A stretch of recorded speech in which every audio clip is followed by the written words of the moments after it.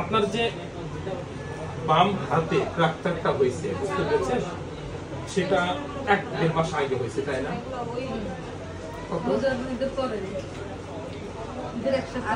এক মাস হয়েছে। আপনি পড়ে গেছিলেন কিভাবে? পড়ে গেছিলেন না? হ্যাঁ, কিভাবে পড়ে গেছিলেন বলেন?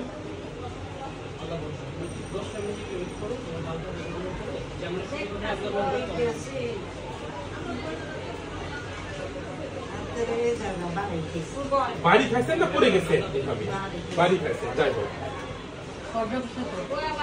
যাই হোক, যেভাবে বাড়ি খাইছেন বা এভাবে ইউজুয়ালি পড়ে যাওয়ার পর ফ্র্যাকচারটা হয়, বুঝতে পেরেছেন? তো এই যে এই ফ্র্যাকচারটা দেখেন, আমি আপনাদেরকে দেখাই, এই ফ্র্যাকচার একটা নাম আছে, স্পেশাল নাম। এটা বিশেষ করে বয়স্কদের হয়, বুঝতে পেরেছেন? এই হাতের একটা কমন ফ্র্যাকচার, এই জায়গাটার নাম কোলিস ফ্র্যাকচার। এই কোলিস ফ্র্যাকচারের বৈশিষ্ট্য কি? এই যে দেখেন, আমি দেখাচ্ছি, এই যে দেখেন, এক্স-রেতে দেখেন, এই বোনসের নাম, এই হাতের এই হাড়ের নাম হচ্ছে রেডিয়াস, দেখতেছেন? আর সরু চিকন হাড়টার নাম হচ্ছে আলনা। এই রেডিয়াসের লোয়ার ইনডেপ্থ ফ্র্যাকচার দেখেন, এখানে কোনো কি গ্যাপ আছে? নাই। আর এই হাড়ে দেখেন, এই যে দেখেন, এই অংশটা দেখছেন এখানে ডিসপ্লেস হয়ে গেছে, নরমাল এরকম থাকবে, এইদিকে বেড়ে গেছে, দেখতে পাচ্ছেন? এখানে ফ্র্যাকচার নাই, এই জায়গায় ভেঙে গেছে। এই ফ্র্যাকচারটা হয় আপনার এই রিস্ট জয়েন্ট, অর্থাৎ এটা কার্পাল বোন, আর এটা হচ্ছে কার্পো মেটাকার্পাল জয়েন্টে কার্পাল বোন এবং কার্পাল বোন এবং তার সাথে রেডিয়াস আলনা, রিস্ট জয়েন্ট থেকে 2.5 সেন্টিমিটার উপরে হয়। এই 2.5 সেন্টিমিটার উপরে দেখেন ফ্র্যাকচারটা হয়েছে। ফ্র্যাকচারটা হয়ে দেখেন এটা অ্যাঙ্গুলেশন হয়েছে, এটা অ্যাঙ্গুলের মতো তৈরি হয়েছে, কোন তৈরি হয়েছে দেখেন। এই হাতটা একটু ছোট হয়ে গেছে, নরমাল এই হাতটার যে লেন্থ এখান থেকে একটু ছোট হয়ে গেছে, দেখছেন? এই পার্টটা বৈশিষ্ট্য থাকবে। এই পাশে দেখেন, এই পাশে দেখছেন এই হাতটা ভেঙে দেখেন এদিকে বেঁকে গেছে, বাঁকা কি বুঝতে পারতেছেন? এদিকে বেঁকে গেছে। এই কোলিস ফ্র্যাকচার বৈশিষ্ট্য হচ্ছে আপনার এই রিস্ট জয়েন্টের 2.5 সেন্টিমিটার উপরে ফ্র্যাকচারটা হবে। ফ্র্যাকচারটা হওয়ার পরে এটা আপনার এইদিকে ডিসপ্লেসমেন্ট হয়ে যাবে পোস্টেরিয়রলি, পিছনের দিকে ডিসপ্লে, এটা এইদিকে ভালো হবে, পোস্টেরিয়রলি দেখেন ডিসপ্লেসমেন্ট হয়ে এদিকে একটা বাঁক তৈরি হয়েছে।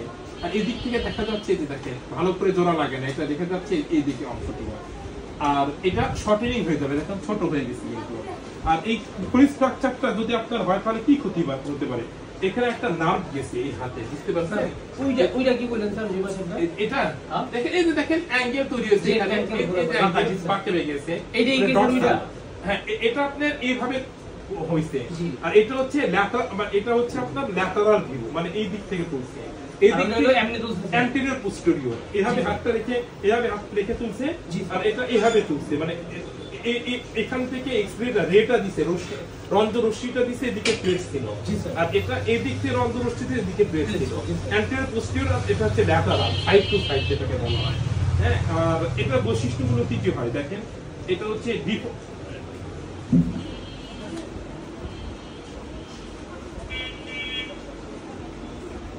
হাতটা দেখি, হাতটা ফুলে গেছে, এমনি তো দেখতে পাচ্ছি, দেখি আস্তে আস্তে করে দেখি, দেখতে কিরকম হাতটা ফুলে গেছে, অ্যাঙ্গুলেশন হয়, হাতটা ছোট হয়ে যায়। কমপ্লিকেশন হচ্ছে কি, এদিকে একটা নার্ভ থাকে, বুঝতে পারছেন? এই আপনার ভাগ্য ভালো যে আপনার নার্ভটা ক্ষত হয় না, যদি নার্ভের উপর প্রেসার পড়তো তাহলে হাত এরকম করে ঝিনঝিন টিং টিং, হাত এরকম ভাঁজ করতে পারতেন না, এবং একটা রিস্ট ড্রপ হয়ে যেত। তো এরকম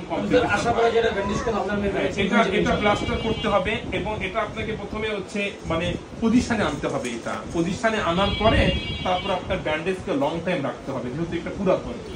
আর এটা যে আপনি এটা কি কারণে এরকম হলো, যেহেতু আপনি একজন ভালো অর্থোপেডিক ডাক্তারের কাছে যান নাই, না যে আপনি একজন কবিরাজের কাছে গেছেন, উনি বুঝতে পারে নাই, না বুঝতে পেরে ভালোভাবে প্লাস্টার করে না, বোঝেও নাই, বা উনি পারবেন একজন ভালো কাছে রেফার করে দিন, সেটা পারেন, এই জন্য এই ভুলটা হয়েছে, বুঝতে পেরেছেন?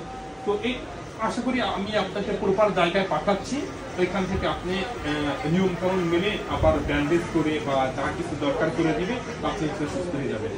এই ফ্র্যাকচার কি বুঝতে পারছেন? আপনি কি বুঝতে পারছেন ভাঙ্গাটা? পারছেন তো নাকি? আচ্ছা, এই ভাঙ্গাটার নাম হচ্ছে কি কোলিস ফ্র্যাকচার। আবার আপনাদেরকে আর জানার কোনো কিছু আছে কিনা বলেন? আমি লিখে দিচ্ছি পুলিশ ফ্র্যাকচার। আমার কিছু আছে আর জানতে চান কিছু?